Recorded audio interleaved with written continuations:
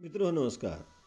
लोकराज्य अध्यासन कराडतर्फे आयोजित वाचन जागर उपक्रमात आपणा साऱ्यांचं मनपूर्वक स्वागत. ज्येष्ठ साहित्यिक लोकशाहीर अण्णाभाऊ साठे लिखित फकीरा या विख्यात कादंबरीचं क्रमशः वाचन. वाचक स्वर ॲडव्होकेट संभाजीराव मोहिते कराड. फकीरा भाग क्रमांक 22. थोड्याच वेळानं हजेरी फकीराच्या दारात आली. पाटील खटकन थांबला आणि त्यानं हाक दिली, साधू राणा जी हाय मी. मांडवात पडल्या साधूनं उत्तर दिलं आणि लगेच पाटील गरजला, फकीरा राणू हजर. फकीरानं जबाब दिला, परंतु पाटलाचं समाधान झालं नाही. त्यानं पुन्हा पहिलीच हाक जोरात दिली, फकीरा. काय? फकीराही बिथरून आतून ओरडला आणि पाटील एकाएकी चिडला. 2 पावलं पुढं सरकून म्हणाला, फकीरा बाहेर येऊन हजेरी दे. मी बाहेर येणार नाही. फकीराचा आवाज चढला. मांडवात साधू जागा झाला आणि उठून बसला. पाटील एकेरीवर का आला याचा तो विचार करीत आहे. तोच पुन्हा एकवार आवाज आला, तुला रोज हात माझ्या मोर येऊन शान हजेरी द्या पाहिजे. होय. नाही, मी असाच आत्नच देणार. फकीर अधिक चिडला आणि पाटील तरकटला. त्याचा तोल सुटला. तो मुठीतला कुऱ्हाडीचा दांडा आवळून नाक फिंदरून म्हणाला, नाही, ती बायकोच्या पुढ्यातली हजेरी चालणार नाही, बाहेर ये. आणि त्याबरोबर धाडकन दार उघडलं आणि फकीरा चौकटीत आला. कंदिलाचा लाल पिवळा प्रकाश त्याच्या चेहऱ्यावर स्थिर झाला. तो अतिउग्र झाला. त्याच्या डोळ्यात जाळ पेटला. त्यानं त्याच्या पिळदार मनगटात रक्ताचा दाब वाढला. त्याने एकाच शब्दानं तो निर्फान झाला. साधू चटकन उठून उभा राहिला. दौलतीची झोप झडून गेली. सरूबाई, राधा, राही सर्वच आश्चर्यानं पाहू लागलं. फकीरा चौकटीतून पाटलावर नजर रोखून म्हणाला, काय म्हणलास? बाहेर येऊन हजरे. पाटील उद्गारला. आणि काय म्हणालास? फकीरा जोरात ओरडला. त्यावर पाटलानं वळून पाहिलं आणि फकीराची खणखणीत चपराक त्याच्या गालफडात खाडकन वाजली. तडाख्यात त्याचं पाकुटं दूर उडालं आणि त्याचा तोल जाऊन तो कोलमडला. पण लगेच स्वतःला सावरून त्यानं कुऱ्हाड फिरवून हाणली. परंतु त्यावेळी फकीरा तिथं नव्हता. तो तलवारीकडे धावला होता. त्यामुळं पाटलाची कुऱ्हाड चौकटीत जाऊन रुतली.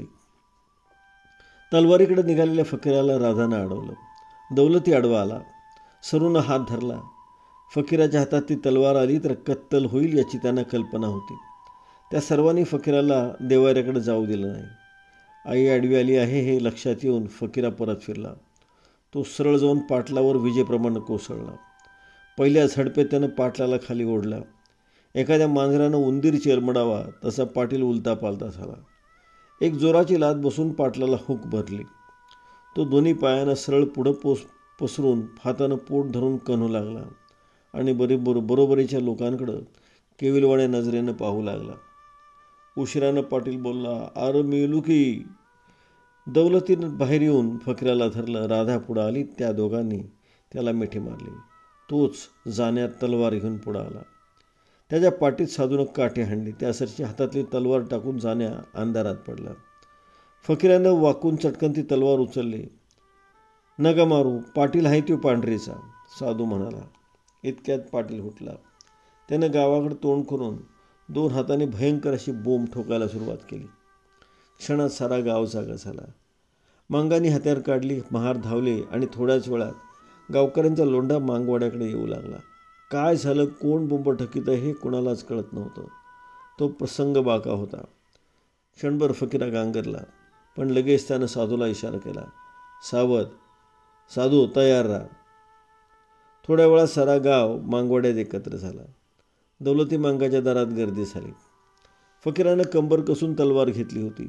सावळा, मुरा, बळी एकूण एक मांग अंधारात दबा धरून बसले होते. महाराणी टापरी बांधल्या. ताईनो महार मोठ्यानं ओरडला, अरे कोण बोंबलतं ये. जरा वेळा लोकांच्या लक्षात आलं की रावसाहेब पाटील बोंबलतोय. मग सर्वच लोक पाटलाकडे वळले. कुणी विचार करू लागले, पाटील काय. कुणी विचारू लागले, काय पाटील काय भानगड आहे. तो रावसाहेब पाटलाची भावकीही त्या गर्दीत आली होती. पाटील आपली माणसं न्याहाळीत म्हणाला, मला मांगानं लाता मारल्या, मला फकीरानं मारलं. मांगानं मारलं हे ऐकताच कैकांची डोकी बधीर झाली. मांगानं पाटलाला मारावं हा गावचा अपमान वाटून काही म्हणले एकदम भडकले. 5-25 माणसांनी लगेच कुऱ्हाडी ठोकल्या. कुठं आहे तो फकीरा. अशी आरोळी ठोकली.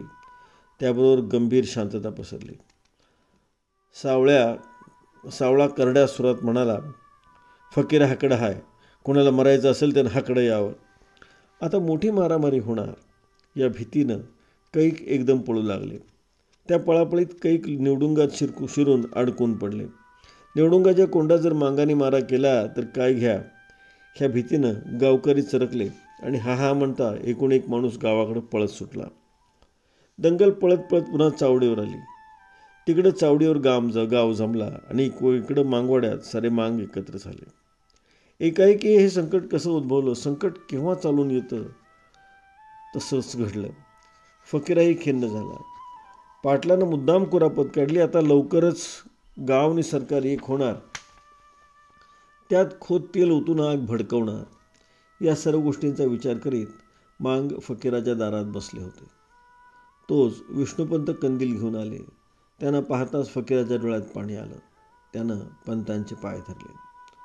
उठ, आता काय घडलं ते मला सांग, फकीरा शांतपणे म्हणाला. आगळीक पाटलानं केली.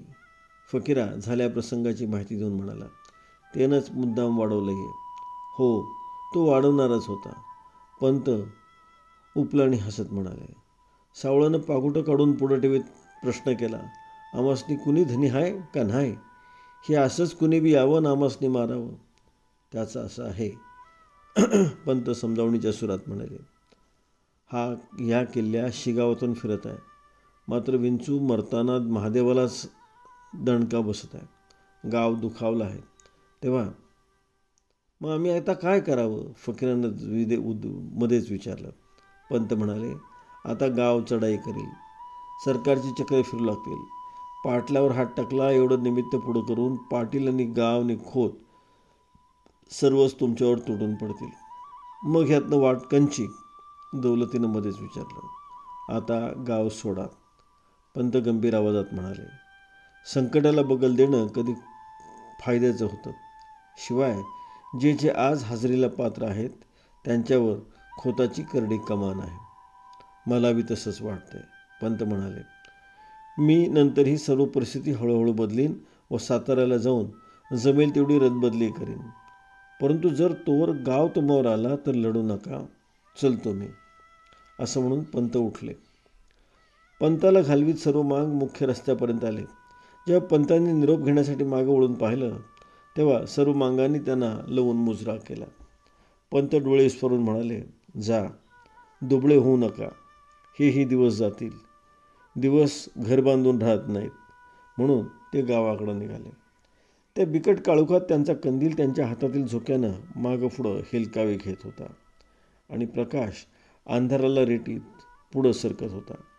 महारवाडा ओलांडून पंत पुढं निघाले तेव्हा त्यांना चावडी पुढं मोठी गर्दी दिसली. कित्येक कंदील पेटत होते, कैक दिवट्या ढणढणत होत्या. हे पाहताच पंत तिकडे वळले. पंतांना पाहताच सर्व लोक बोलणं बंद करून त्यांच्या रोखानं पाहू लागले. रावसाहेब पाटील पाय पसरून बसला होता. त्याचे सर्व दात पडल्यामुळं तो वरचेवर रक्ताच्या चुळा टाकीत होता. पंतांना पाहताच सरळ झाला आणि विवळत म्हणाला, बघा हे काय झालं, मला मारलं, मला सर्व काही समजलं आहे. पंत म्हणाले, आता शांत राहा, उद्या काय करायचं ते पाहू. उद्या? पाटील ताडकन ओरडून म्हणाला, माझं दात पडलं, हे काय उद्या उगवणार आहे ते, आणि आम्ही गप्प बसून काय होणार? नाही बरं, आम्ही गप्प नाही बसणार. आम्ही आत्ताच जाऊन मांगांची कत्तल करणार आणि खोपटं पेटवून देणार. जाऊ दे फडवीची. पाटील ऐका, पंत करड्या आवाजात बोलू लागले. तुम्ही फार उतावळे आहात. हजेरी घेताना घरातून नको बाहेरच येऊन दे म्हणून तुम्ही फकीराची कुरापत काढली आणि वर खोपटं जळण्याची भाषा करता. जा, मग आत्ताच जा आणि मांगांची खोपटी पेटवा. तुम्हाला आता कोणीच अडवणार नाही, कारण फकीरानं हा गाव केव्हाच सोडला आहे. माझी पळून गेला? कोणीतरी विचारलं. ते मला माहीत नाही. पंतांच्या स्वरात प्रखरता आली. ते पाटलाकडे वळून म्हणाले, एकही करता मांग घरात नाही. त्यांची घोडी दूर गेली असतील. आता जावा आणि पेटवा घर. परंतु या गावासाठी माळाला कटून मरणाराची अवलाद दुबळी मानू नका. फकीरा शांत बसणार नाही. त्याचं घर पेटवा ने आपलं विझवण्यासाठी पाणी आणून ठेवा, जा. पंतांच्या बोलाने वातावरण तप्त झालं. दिवट्या अधिकच तेजाळ भासू लागल्या. एक ऐकणारे गांगरले तरी धिटाव येऊन पाटील म्हणाला, येऊ दे आणि पेटवू दे माझा वाडा. ठीक, मग माझ्या कानावर हात आहे. पंतांनी दोन्ही हात कानावर बाजूला ठेवलं. पुढं जे जे होईल त्याचे परिणाम तुम्हीच भोगा. फकीरा आपल्या सर्व लोकांसह आता डोंगरात गेला असेल किंवा डोंगर चढत असेल. एखाद्या उंच कड्यानं एका उंच कड्यानं आपली मुंडी ढगात घातली होती. मंद गतीनं तरंगणारे प्रचंड ढग त्या कठीण सह्याद्रीच्या मस्तकावर आदळून दिशा बदलून घेत होते. उंच डोंगरातले रानटी वारे बेबंद पळत होते. त्याच्या धसमुसळेपणानं घनदाट वनश्री नम्र होऊन त्यांना वाट देत होती. जे वृक्ष ताठ राहण्याचा प्रयत्न करीत होते त्यांना वारा सहस्त्र करांनी वाकवीत पुढं रेटीत होता. करवंदी, बोरी, बाबळी, पिपरण, जांभळ, सागवान, पांगिरा या वृक्षांची वाऱ्यानं दाणादाण होत होती. पाचोळा त्यांच्या पुढं लोटांगण घेत होता. ऐन गिरीकंदात एका दाट झाडीत फकीराचा तळ पडला होता. 8 कारवानी घोडी करवंदीच्या जाळीखाली पागा करून बांधली होती. त्याचा तो गबऱ्या पाठीवरचा जीन तसाच घेऊन उभा होता. एका कठीण प्रसंगात आपण आहोत याची जाणीव जणू त्यालाही झाली होती. सर्वत्र गंभीर वातावरण दाटलं होतं. फकीराची माणसं डोंगराच्या कपारीत सर्व नाक्याच्या वाटा दाबून बसली होती. हत्यारबंद माणसांनी करवंदीच्या विशाल जाळ्या उग्र भासत होत्या. त्यांना छावणीचं स्वरूप आलं होतं. चिंचणीकर, पिरा, साजूरकर, निळू, साधू, मुरारी, बहिरू, सावळा, तायनू महार, बहिरोजी महार, घमांडी ही अशी एक आगळी दिलदार बेडर माणसं तिथं वावरत होती. आज एका महिन्यात दूरदूरचे मांग येऊन फकीराला मिळाले होते. हजेरी देऊन जगण्यापेक्षा लढून मरण्याचा त्यांनी हिया केला होता. आपल्या लोकांना निरनिराळी कामं वाटून देऊन फकीरानं सर्व तयारी केली होती. एका महिन्यात फकीरानं सह्याद्रीच्या खांद्यावरून कित्येक मैल दौड मारली होती आणि कैक शिरजोरांना धूळ चारली होती. ते ज्या भागात बळी होऊन बसले होते त्यानं जमीनदोस्त केलं होतं. त्याचं नाव ऐकून कैकांना कापरं भरत होतं. फकीराचा तो दरारा ऐकूनच रावसाहेब पाटील आपले शेवटचे दिवस जपून ठेवण्याचा प्रयत्न करीत होता. फकीराचा तो दरारा ऐकूनच रावसाहेब पाटील आपले शेवटचे दिवस जपून ठेवण्याचा प्रयत्न करीत होता. मित्रांनो, कथानक अगदी ऐन ज्याला शिगेला पोचले असं आपण म्हटलं तर वावगं ठरणार नाही. आज मात्र आपण थांबतो आहोत. नमस्कार. जय भारत.